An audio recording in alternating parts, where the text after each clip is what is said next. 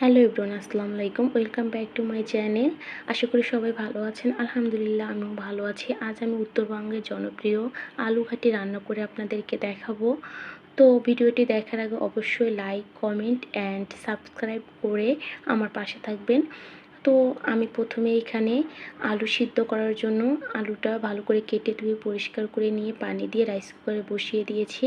তারপর আলুটা সিদ্ধ হওয়ার পর ছালটা ছিলে নিয়ে এখন আলুটা আমি ভালোভাবে হাত দিয়ে মেশ করে নেব। আলুটা সুন্দর মতো যখন ম্যাশ করা হবে তখন এখানে আমি পানি অ্যাড করব। আর আলুটার মধ্যে একটু কম কম গুটি রাখবেন, এতে করে টেস্ট হবে ভালো। তো সুন্দর মতো আমার আলুটা ম্যাশ করা হয়ে গেছে। এখন আমি এখানে পানি দিয়ে দিলাম। পানি দিয়ে ভালোভাবে পানিটার সাথে আলুটা মিক্স করে দেব। তো আলু আর পানি সুন্দর মতো মিক্সড করা হলে তারপর আমি এখন রান্নার প্রসেসিংয়ে চলে যাব। তো রান্না করার জন্য আমি প্রথমেই এখানে চুনা মাছ কেটে ধুয়ে পরিষ্কার করে নিয়েছি। চুনা মাছটা যেহেতু একদম গরুর মাংসের মতো টেস্ট আসে রান্না করার পর, তাই আমি এখানে চুনা মাছটা একটু ছোটো ছোটো করে পিস করে কেটে নিয়েছি। আর চুনা মাছের স্মেলটা দূর করার জন্য এখানে লবণ, হলুদ আর গুঁড়ো মরিচ দিয়ে এখন সুন্দর মতো মেখে এটাকে একটু হালকা লাল লাল করে ভেজে নেব। তো মশলাটা সুন্দর মতো আমার মাখানো হয়ে গেছে। এখন আমি চুলায় একটা কড়াই বসিয়ে দিয়ে এখানে তেল দিয়ে তারপর এখন মাছটাকে ভেজে নেব। তো তেল দিয়ে এখানে মাছগুলো সব এক এক করে দিয়ে দিলাম। তো মাছ আমার দেওয়া শেষ। আর এখন মাছটা এপিট ওপিট করে ভেজে নেব। তো মাছটা এক পিঠ যখন ভাজা হয়ে গেছে তখন অন্য পিঠ উল্টে পাল্টে এই যে লাল লাল করে ভেজে নিয়েছি এরকমভাবে। তো আপনারা এখানে যে কোনো ধরনের মাছ বা মাংস যে কোনো কিছুই ব্যবহার করতে পারবেন। তো আমি আজ এই মাছ দিয়ে রান্না করলাম। তো ফাইনালি আমার মাছটা ভাজা হয়ে গেছে। আর এখানে একটা কড়াই বসিয়ে দিয়েছি। তারপর এখানে দিয়ে দিলাম সয়াবিন তেল আর দিয়ে দিলাম পেঁয়াজ কুচি, মরিচ কুচি। এখন পেঁয়াজ মরিচ কুচিটা একটু হালকা করে ভেজে নেব। তো হালকা ভাজা হলে এখানে কয়েকটা পাঁচফোড়ন দিয়ে দেব। তো পাঁচফোড়নটা দেওয়ার পর এখানে দিয়ে দেবো আদা বাটা, রসুন বাটা। আদা বাটা রসুন বাটা দিয়ে একটু ভালোভাবে নেড়েচেড়ে পেঁয়াজের সাথে ভেজে নেব। তারপর এখানে দিয়ে দিলাম লবণ, হলুদ আর গুঁড়ো মরিচের গুঁড়া দিয়ে আবারও ভালোভাবে নেড়েচেড়ে মশলার সাথে মিক্সড করে দেব।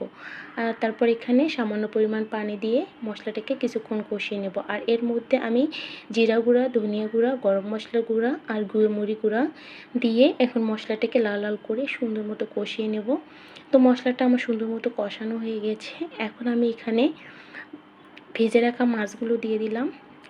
এখন মাছের সাথে ভালো করে মশলাটা নেড়েচেড়ে মিক্সড করে দিলাম। তো মশলাটা মিক্সড করে এখন ঢাকনা দিয়ে ঢেকে দিয়ে কিছুক্ষণ ওয়েট করব।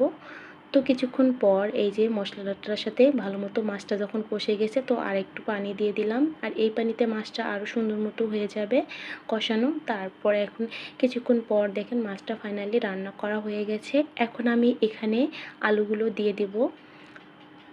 তারপর আলু দিয়ে এখানে আমি ভালো করে এখন মশলার সাথে নেড়েচেড়ে আলুটাকে মিক্সড করে দেব। আর কিছুক্ষণ এভাবে আলুটা নেড়েচেড়ে কষিয়ে নেব ঢাকনা দিয়ে ঢেকে। তো ঢাকনা দিয়ে ঢেকে দিলাম। কিছুক্ষণ পর আবার ঢাকনা তুলে একটু নেড়েচেড়ে দিলাম।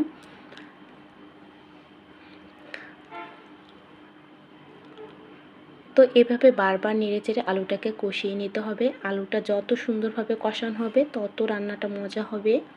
তো এখানে তারপর আমি একটু সামান্য পরিমাণ পানি দিয়ে দিলাম আলুটাকে আরেকটু কষানোর জন্য, যাতে করে আলুটার কাঁচা কোনো গন্ধ না থাকে।